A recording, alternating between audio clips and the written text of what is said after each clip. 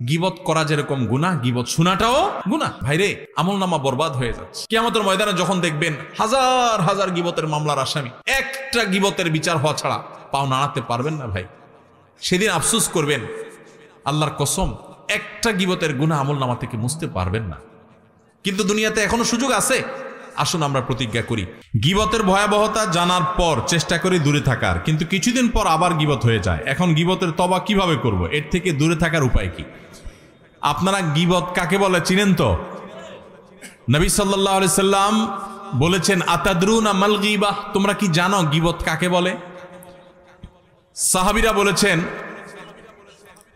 নবী সাল্লাল্লাহু আলাইহি সাল্লামকে, আল্লাহ এবং তার রাসূল ভালো জানেন। নবী সাল্লাল্লাহু আলাইহি সাল্লাম গীবতের সংজ্ঞা দিচ্ছেন যে গীবত হলো যিকরুকা আখাকা মা ইয়াকরাহুহু, তুমি কারোর পিছনে যদি এমন কিছু বলো যেটা তার সামনে বলে সে মনে কষ্ট পাবে, এর নাম গীবত। এখন একটা মানুষের সামনে বললে সে মনে কষ্ট পাবে, এটা তার পেছনে বলতেছেন, লোকটা এখানে নাই, তার অগোচরে আরেকজনের কাছে বলতেছেন, এটার নামই কি? গীবত। এখন যদি সেই দোষটা তার মধ্যে থাকে তাহলে কি গীবত হবে? কি বলেন? গীবত হবে। আমাদের দেশে যারা গীবত করে, সবাই কম বেশি গীবত অনেক সময় হয়ে যায় আমাদের দ্বারা, আল্লাহ আমাদের মাফ করুক। গীবত করার ক্ষেত্রে কিছু লোক আছে যারা গীবত করে, গীবত করার সময় শয়তান তাদেরকে একটা মাসআলা সাপ্লাই করে। কি সাপ্লাই করে? একটা মাসআলা।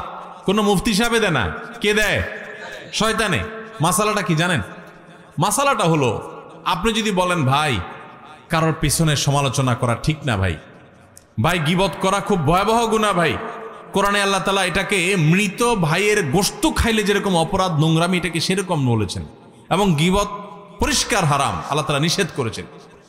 আপনি আরেকজনের গীবত করেন না, এটা বললে তখন ওই লোকরে শয়তান ওহী করে, শয়তান তার মাথায় দেয় বুদ্ধি, সে তখন জবাব দেয়, দেখেন ভাই আমি যেটা বলতেছি সত্য বলতেছি, আমি কোনো উল্টাপাল্টা মিথ্যা কথা বলতেছি না, আপনি চেক করে দেখেন। সে গীবতের সংজ্ঞা হয়তো জানে না, আর নাহলে শয়তান তারে দিয়া এই ভুল মাসালা দেওয়াইছে। আরেকজনের পেছনে আপনি কোনো কথা বললেন, যে কথাটা সত্য, কিন্তু তার সামনে বললে সে কষ্ট পাবে, এটা সত্য হওয়া সত্ত্বেও কি হবে? গীবত হবে। আর যদি ডাহা মিথ্যা কথা বলেন আরেকজনের নামে তার পিছনে, তাহলে তো সেটা মিথ্যা অপবাদ, ওটা তো গীবতের চাইতে আরো ভয়াবহ।